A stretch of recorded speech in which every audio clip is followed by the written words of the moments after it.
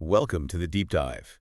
We sift through mountains of information to bring you the core story, the essential insights.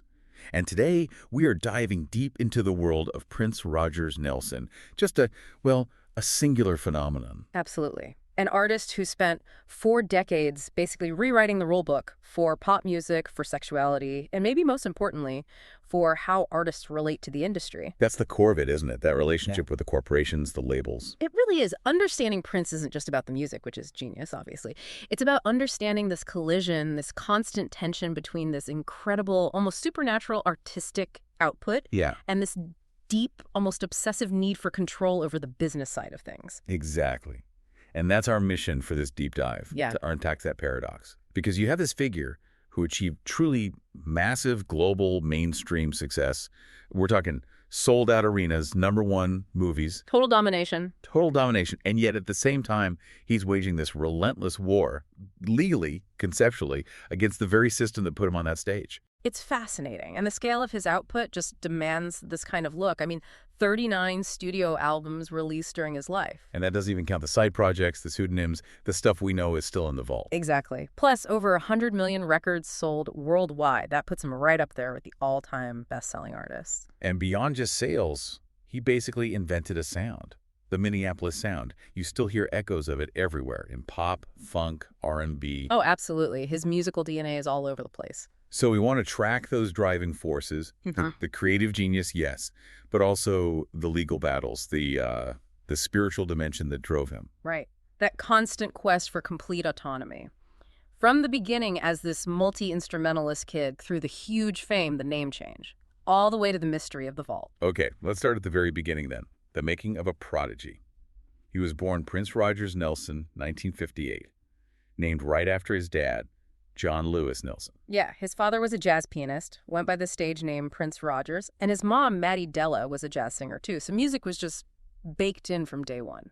It really was. Yeah. But it's funny, that grand name, Prince, as a kid, he apparently didn't like it much. That's right. He preferred to be called Skipper. Just simple, straightforward Skipper. That's what friends and family called him growing up. Skipper. It's hard to picture it now, isn't it? Yeah. Such a contrast to the icon. Definitely. But even if the name was down to earth, the talent was anything but. Born in Minneapolis, the signs were there almost immediately. He wrote his first song at age 7 on his dad's piano. Yeah, supposedly called Funk Machine, which is just amazing at 7 years old. Right. But it wasn't just a flash of talent, it was the work ethic that came with it, even as a teenager. Producer Jimmy Jam knew him back in '73. And he talked about Prince's just complete obsessive dedication. He wasn't just practicing, he was mastering instrument after instrument all at once. Just this incredible focus. That kind of intense skill must have given him enormous leverage early on. I mean, signing with Warner Bros. In 1977. He was only 18. 18 years old. And he already had the chops to basically be a one-man band in the studio. And this is where that theme of control just explodes onto the scene right from the start. Immediately and dramatically. That Warner Bros. Deal had two incredible concessions for a brand new artist. First, total creative control over his first 3 albums, no label interference. Not heard of. Totally. And second, crucially, he got to keep his publishing rights. Okay, let's pause there because that's so important. For anyone listening, why was retaining publishing such a massive win? Well, publishing rights mean you own the song itself. The notes, the lyrics, not just the specific recording of it, it's the foundation of music income. Right. Radio play, movie soundtracks, samples. All of that. Usually the label takes a big chunk, or all of it, especially from a new artist. By keeping his publishing, Prince ensured that the long-term money, the real wealth generated by his songs, came back to him. It gave him financial independence and therefore artistic freedom, basically for life. And he put that control to use right away on the first album, For You, in 1978. The liner notes are legendary. Oh yeah. It basically says, written, produced, arranged, composed, and played by Prince. Lists 27 instruments. 27. The only tiny exception was co-written lyrics on one track, Soft and Wet. Everything else, all him. It was a statement, wasn't it? More than just showing off. Absolutely. He was saying, this is my vision, unfiltered. It apparently cost a fortune. The budget went way over the advance, but he made sure it sounded exactly how he wanted it. He established himself as the sole creator. We get this image of the isolated genius locked away creating. But there's that amazing little piece of archive footage that shows a different side from even earlier. Right. That video from 1970, it surfaced years later during another Minneapolis teachers' strike investigation. And it's definitely him, an 11-year-old Prince. Confirmed by people who knew him back then. He doesn't say his name in the clip, but it's him standing on the picket line during that 70s strike. And what's he saying? What's the future superstar arguing for? He's supporting the teachers, advocating for better education, more pay for them. Even at 11, you see this sense of fairness, this willingness to speak up. Kind of a glimpse of the activist he'd become later, fighting the system. Yeah, it really foreshadows that anti-corporate stance. Amazing. So from supporting teachers to that incredible early deal, he sets the stage for the 1980s. And that decade was just a whirlwind, commercial explosion mixed with quite a bit of controversy. It really was. The early 80s were just nonstop creativity. You get Dirty Mind in 80s, so raw, so explicit, mixing funk and new wave. Groundbreaking stuff. Then controversy in 81, and the big one, the double album, 1999 and 82, multi-platinum. This is where the Minneapolis sound really takes over the world. We mentioned the Minneapolis sound. Can we dig into what defined it? What was that synthesis? It was really built on contrasts, and new technology played a huge part. The core is funk and R&B, definitely, but it's got this sharp, almost punk or new wave rock edge to it. How so? You hear those super tight, often slap bass lines, very percussive. But then layered over that are these shimmering, complex synthesizer parts, very polished, almost futuristic sounding for the time. And the drums were key too, right? The drum machines. Oh, absolutely crucial. Prince was one of the real pioneers of the Linn LM1 drum machine. Why that specific machine? What made the Linn LM1 special? Well, before the Linn, most drum machines sounded pretty thin, very obviously electronic, kind of robotic. The LM1 used actual digital samples of real acoustic drums. So Prince could program these really punchy, specific rhythms that had the power of real drums but the precision of a machine. It gave his tracks this unique backbone, polished, tight, funky, but totally distinct from anything else at the time. That sound is the Minneapolis sound in many ways. And alongside that sound, he starts using that signature abbreviated spelling, using numbers and single letters. Yeah, it starts creeping in around controversy, but by the mid-'80s, it's everywhere. U for you, 2 for 2, or 2, 4, 4, 4. Right. In titles, lyrics, liner notes, later on, online. Why do you think he did that? Just a style thing? Partly style, I think. It was distinctive, kind of modern, a little bit mysterious, fit the whole persona he was building. And that persona was about to hit the stratosphere, thanks in large part to MTV. Right. MTV in the early 80s, notoriously resistant to playing black artists. Yeah, there was a lot of criticism about that. It was very rock-focused. But Prince and Michael Jackson around the same time really broke down that barrier. How? His video for Little Red Corvette, it was one of the very first two videos by a black artist, the other being Michael Jackson's Billie Jean, that MTV put into heavy regular rotation. That must have opened the door for so many others. It absolutely did. It showed the network that these artists had massive appeal beyond traditional R&B radio. And you can't talk about the 80s charts without mentioning that rivalry. Prince versus Michael Jackson. Oh, it was legendary. Okay. And fascinating because they were such different figures. Jackson was aiming for this polished, almost universal, family-friendly pop perfection. Prince was. Well, he was Prince. Raw, rockier, overtly sexual, sometimes shocking. But they were both dominating, pushing each other constantly, artistically and commercially. It was this incredible competition at the very top. And that intense energy really peaks in 1984, the year of Purple Rain. Yeah. Just explain how huge that moment was. Huge doesn't even cover it. It was cultural saturation. He did something no one had ever done before in the U.S. Which was? He simultaneously had the #1 movie at the box office, the #1 album on the charts, and the #1 single, all at the same time. Wow. Film, album, single, all #1. Yep. And the album, with his band The Revolution, stayed at #1 on the Billboard 200 chart for 24 weeks straight. 6 months. 6 months of just complete dominance. The movie was huge, too, cemented his image, won him an Oscar for Best Original Song Score. But with that level of fame comes intense scrutiny. And one track on Purple Rain caused a major stir. Darling Nikki. Yes, Darling Nikki. This is where Prince's artistic choices suddenly collide with American politics. How did that happen? The story goes that Tipper Gore, who was then married to Senator Al Gore, bought the album for her 11-year-old daughter, and her daughter heard the lyrics to Darling Nikki. Which are pretty explicit, reference to masturbation. Exactly. And Tipper Gore was apparently horrified, So much so that she co-founded this organization called the Parents Music Resource Center, the PMRC. The PMRC, I remember them. They went after everyone. They did. They launched this big campaign, lobbying Congress, targeting artists they deemed offensive. And the direct result of their campaign, sparked initially by Darling Nikki, was the music industry agreeing to put those black and white parental advisory explicit content labels on albums. So that sticker we still see everywhere today Yeah. basically started with Prince. You can trace it right back to that song and Tipper Gore's reaction. His decision to include those lyrics had this massive lasting impact on how music is sold and categorized in the U.S. It fundamentally changed things. Incredible. Yeah. So he's shaping censorship standards, but artistically, he's not standing still either. After Purple Rain Mania, he disbands the revolution and releases Sign of the Times in 1987. A double album. And what an album. Critics pretty much universally call Sign of the Times a masterpiece. It's consistently ranked as one of the greatest albums ever made. What made it so special? It was just incredibly ambitious and diverse, dense, complex, introspective. It really showed off his entire musical range. And interestingly, it was kind of pieced together from songs originally meant for two other albums he decided to shelve. Which ones? Projects called Dream Factory and Camille. He pulled tracks from those, added new ones, and created this sprawling, brilliant statement. That constant creation, shelving projects, consolidating, it shows his incredible output.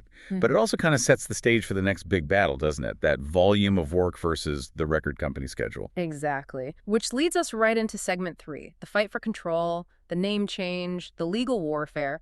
This is where things get really dramatic. It all kicked off around 1992, right? He just signed a massive new deal with Warner Bros. Yeah, a huge deal. Reportedly worth $100 million, committing him to 6 more albums. But almost immediately, the fundamental conflict emerged. Which was what? What was the core problem? It came down to output versus release schedule.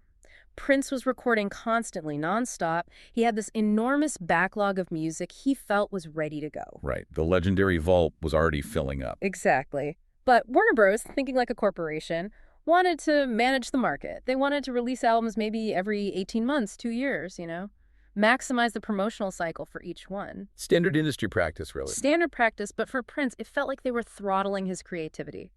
He saw it as the label telling him when he could and couldn't release his art. He felt stifled, controlled. He basically felt they owned his output, his timeline. And his response was, well, completely unprecedented. Absolutely revolutionary and incredibly theatrical. In 1993, he officially changed his stage name. Not to another name, but to that unpronounceable symbol. The love symbol, sometimes called love symbol number 2. That's the one. It was this radical act of rebellion. His logic, as he explained it, was that the name Prince was tied up in the contract. It belonged to Warner Bros. Now. So by ditching the name? He was trying to reclaim his identity, separate the artist from the corporate asset, and to drive the point home, he started appearing in public with the word slavey written on his cheek. Wow. That's not subtle. Not subtle at all. It was a very direct, very provocative statement about feeling artistically bound, like property. And just think about the practical problems that symbol caused for the media. This is 1993, pre-easy internet fonts. How do you even type that? It was brilliant sabotage in a way. Print media literally couldn't write his name. Warner Bros. Actually had to mail out floppy disks. Floppy disks? Yes, with a custom font file on them, just so newspapers and magazines could print the symbol correctly. Imagine the hassle. It was performance art disrupting the corporate machine. It's such a perfect Prince move. Yeah. So since nobody could say the symbol, the media came up with a placeholder. Right. The artist formerly known as Prince, or TAFCAP for short. It stuck, even though it was slightly mocking. And he ran with it. He did. He used the symbol exclusively as his name until the year 2000. That's when his publishing contract with Warner's publishing arm, Warner Chappell, finally expired. That freed him from that specific obligation, so he went back to being Prince. But he kept the symbol, didn't he? As a logo. Oh, yeah. The symbol remained a key part of his branding, his identity, right up until the end. It represented that fight. That need for control, for separating things out. Yeah. It also showed up in how he used pseudonyms for other artists' work, right? Definitely. It's another fascinating layer. He frequently wrote and produced huge hits for other people, but credited them to different names. Like who? Give us some examples. Well, for the time, his protégés, he often used Jamie Starr or the Starr Company when he wrote Manic Monday for the Bangles. Huge hit. Massive hit. The credit went to Christopher. And for Sheena Easton's controversial hit Sugar Walls, he used Alexander Nevermind. Why do that? Why not take the credit? He was already famous. It seems to tie into this belief he had about creativity. He apparently felt that giving ideas away, letting them flourish under a different identity, actually strengthened his own creativity. It kept his Prince identity pure, maybe. Interesting. And it also let him be this kind of puppet master behind the Minneapolis scene, pulling strings without his name being everywhere. More control in a different way. That idea of the master architect. Yeah. Let's dive into that more in segment 4. His artistry, his legacy, the sheer influence of this polymath. Let's talk music first. His ability to blend genres was just extraordinary. It wasn't just mixing, it was true fusion. Funk, rock, R&B, pop, disco, psychedelia. He just smashed it all together. The LA Times called him our first post-everything pop star. That's a great description. He actively defied easy labels. Right. Race, genre, pop versus underground. He just refused to fit neatly into any box. And the musicianship itself was just off the charts. We talk about the songwriting, the image, but the technical skill. Phenomenal. His vocal range alone, from that deep baritone right up to the iconic falsetto, just incredible control. And the instruments. Oh man, the instruments, master of keys, bass, drums. But the guitar playing, sometimes I think people forget what an absolute monster he was on guitar. What made his guitar style so unique? It was that synthesis again. He had the fire and bluesy feel of Hendrix, absolutely, but he combined it with the super tight rhythmic precision of funk players like Jimmy Nolan from James Brown's band. So soaring solos, but also intricate rhythms. Exactly. He could go from this screaming rock solo to a clean, complex funk riff in the space of a measure. Just listen to his playing on Let's Go Crazy or Computer Blue or that legendary Beatles cover, While My Guitar Gently Weeps, at the Hall of Fame induction. Yeah. Pure virtuosity. He really defined a whole guitar sound for a generation. And then there was the image. It wasn't just clothes. It was part of the art itself. Mm-hmm. The flamboyance, the makeup, the androgyny. It was revolutionary, especially in the 80s. He presented this fluid, ambiguous sexuality that was incredibly powerful and made him this unique kind of sex symbol. Challenging norms. Totally.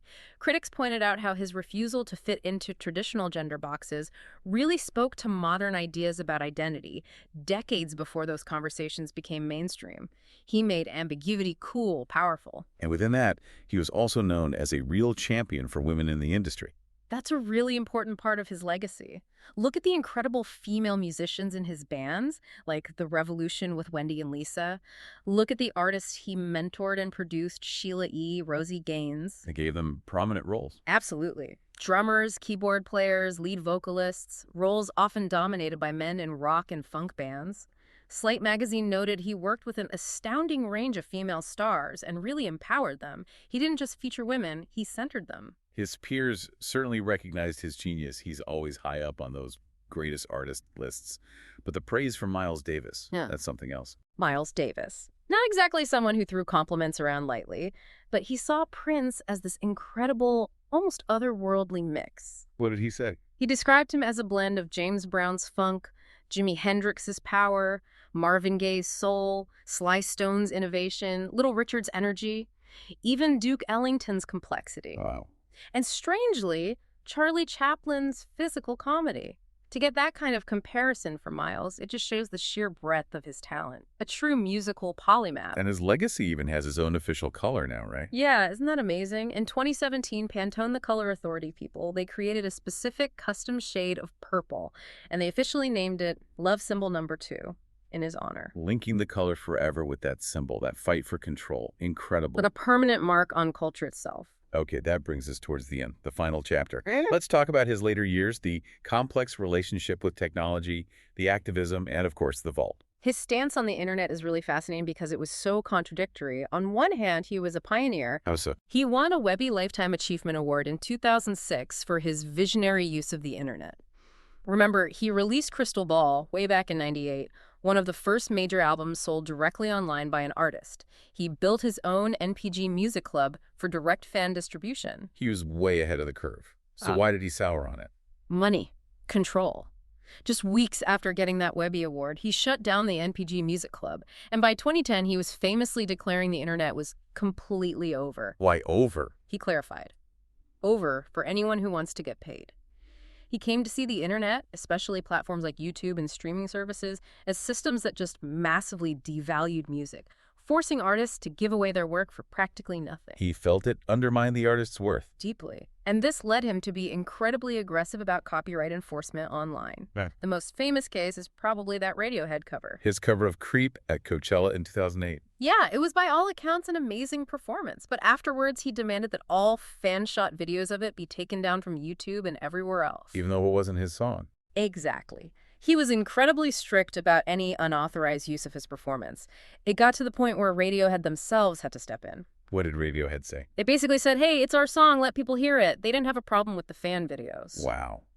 That really shows how absolute his desire for control was, even over a cover song performance. It perfectly illustrates that extreme need to manage exactly how his art was presented and consumed.